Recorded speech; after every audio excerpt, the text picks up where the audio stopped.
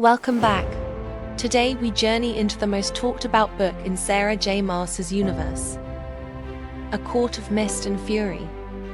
This is the story that changed everything.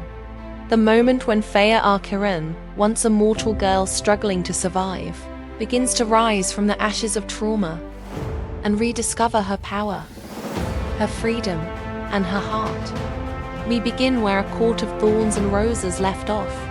Feyre has been resurrected by the High Lords after defeating Amarantha under the mountain. She has become Hi-Fi, but her soul is fractured.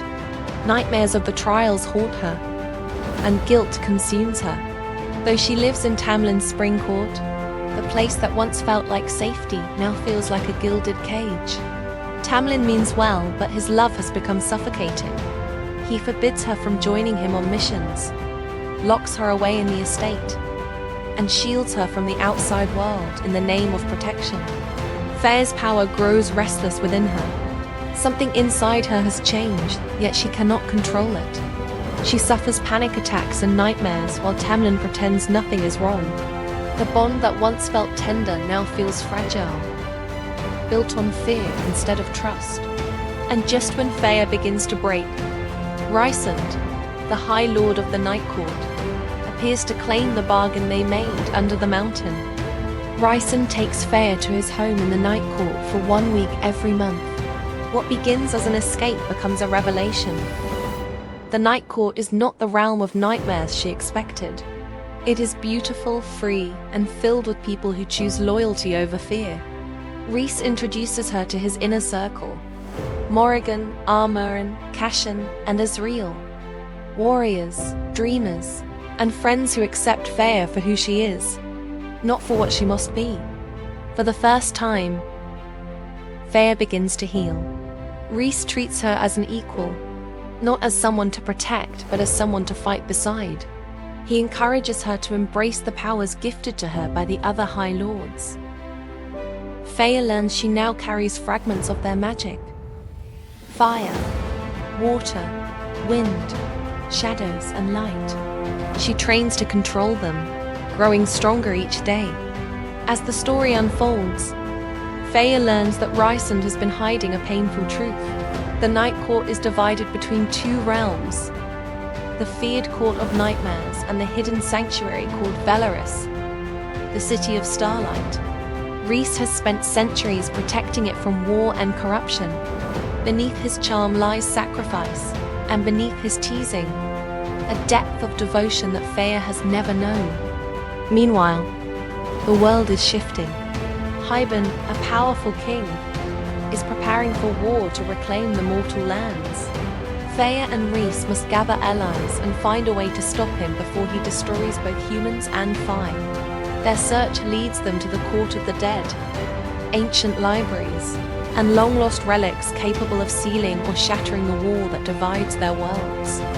Through all of this, Feyre and Rhys grow closer. Their bond deepens beyond friendship, beyond attraction. Feyre begins to see that Rhys is not the villain she once thought. He is her equal, her mirror, her mate. But before she learns this truth, she must face the remnants of her old life.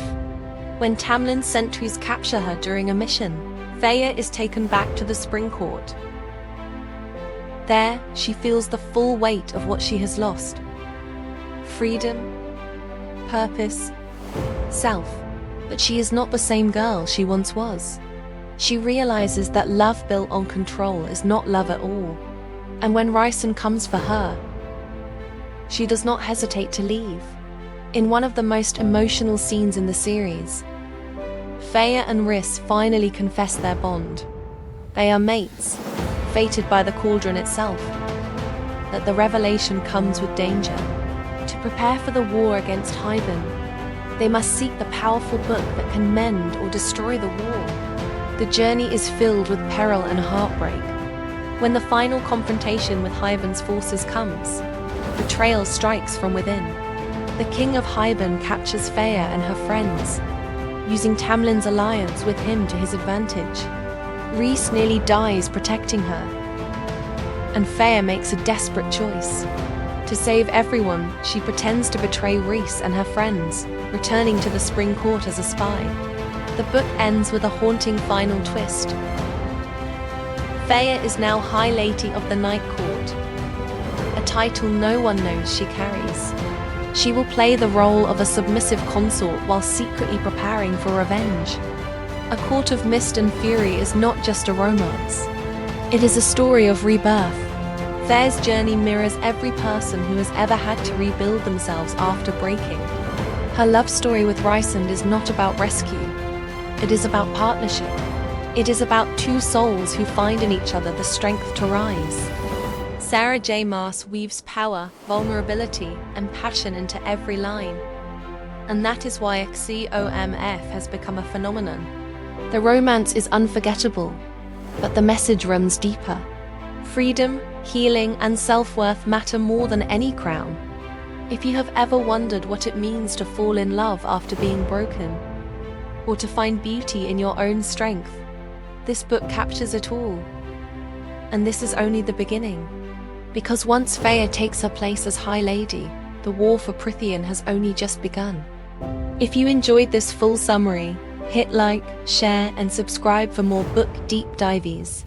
Let me know in the comments if you think Feyre made the right choice. Would you have gone back to the Spring Court to spy? Or stayed in Velaris with Rhys?